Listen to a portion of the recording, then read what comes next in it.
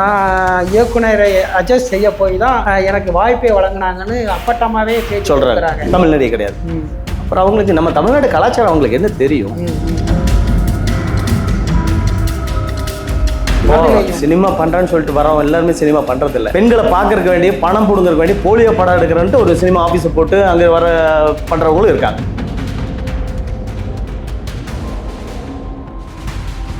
அதையும் தமிழ் பெண்களுக்கு அதனாலதான் வாய்ப்பு வழங்கப்படும்.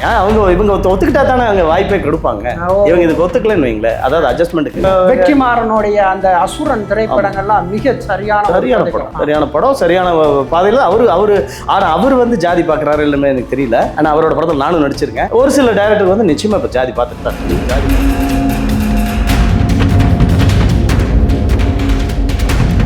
மீடியா மீன்ஸ் நேயர்களுக்கு வணக்கம். இன்று நாம் சந்திக்க இருப்பது திரைப்பட துறையில் அங்கே நிறைய நட்சத்திரங்கள் இருக்கிறாங்க. எப்போதுமே வந்து ஹீரோக்களை தான் பெருசாக காட்டுவாங்க. ரஜினிகாந்தாக இருக்கட்டும், கமலஹாசனாக இருக்கட்டும், விஜய் அஜித்தா இருக்கட்டும், சூர்யா அவர்கள்லாம் கீழே இருந்து வளர்ந்து வந்தவர்.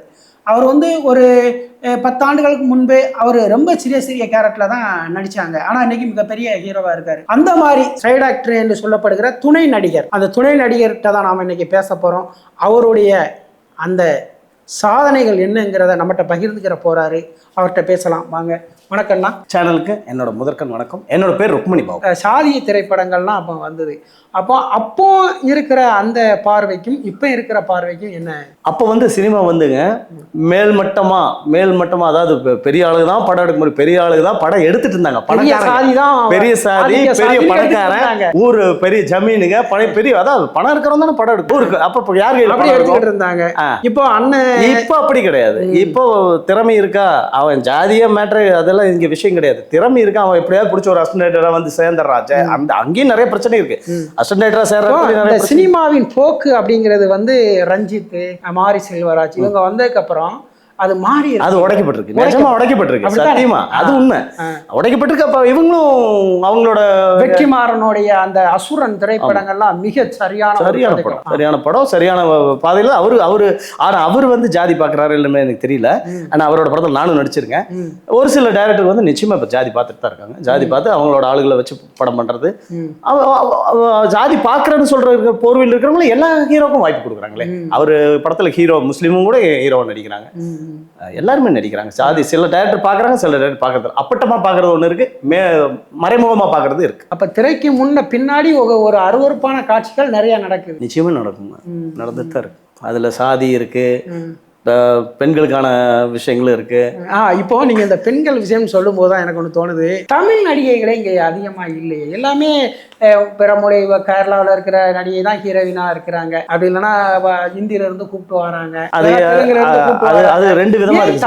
தமிழ் நடிகைகளை இவர்கள் வைத்து திரைப்படம் எடுப்பதற்கு இவர்களுக்கு என்ன பிரச்சனை, என்ன தயக்கம், என்ன பிரச்சனை, என்ன கேடுன்னு கேட்கிறேன். என்ன கேடுன்னு கேட்கிறேன். ஆமா, என்னன்னா அப்படி எல்லா இயக்குனர் இல்லை.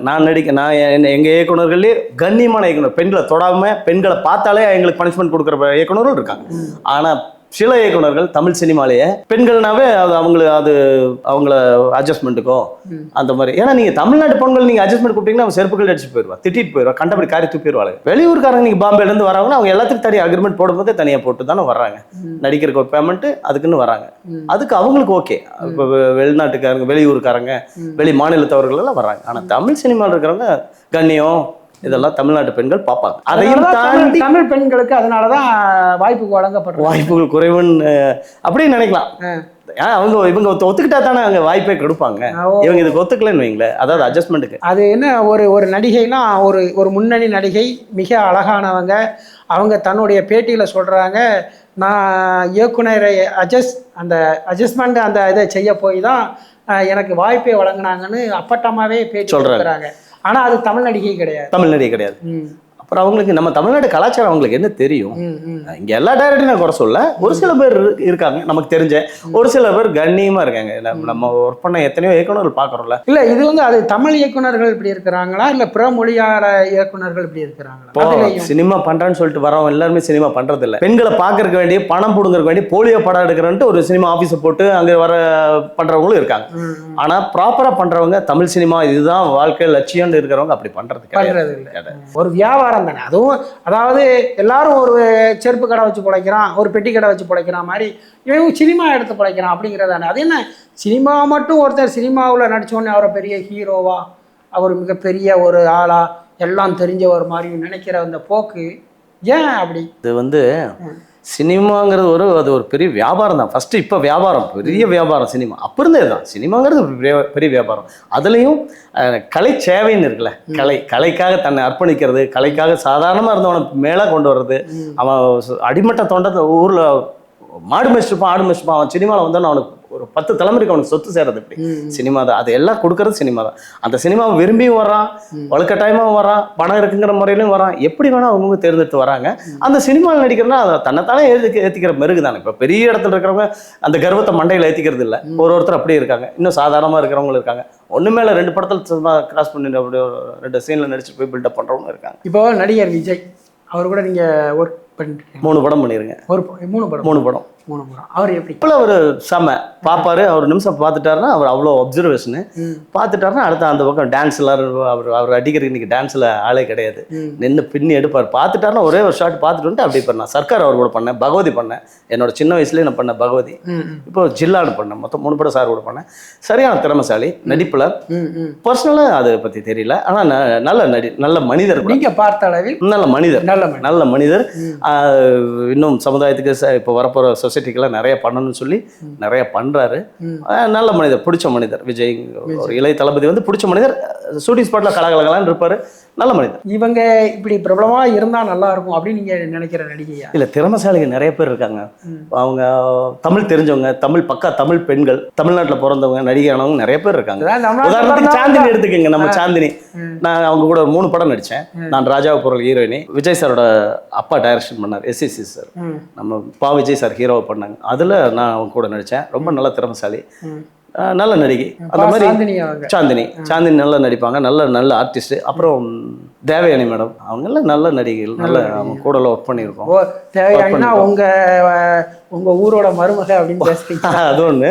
அவங்க நல்ல ஆர்டிஸ்ட் தேவயானி மேடம். அப்புறம் சீதாம்மா, மஞ்சுளாம்மா, அவங்க கூட எல்லாம் நான் ஒர்க் பண்ணியிருக்கேன். KR விஜயம்மா. நீங்க பழைய நடிகைகளை சொல்றேன்.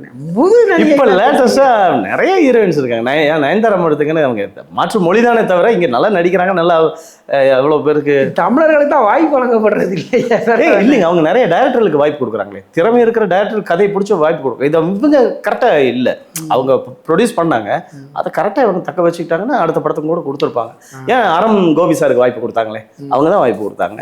நம்மோடு திரைப்படத்துறையை குறித்து பகிர்ந்து கொண்டு இருக்கிறார். நம்ம இன்னொரு நிகழ்ச்சியில் அவரை சந்திப்போம். அது வரைக்கும் நன்றி அண்ணா. நன்றி, வணக்கம்.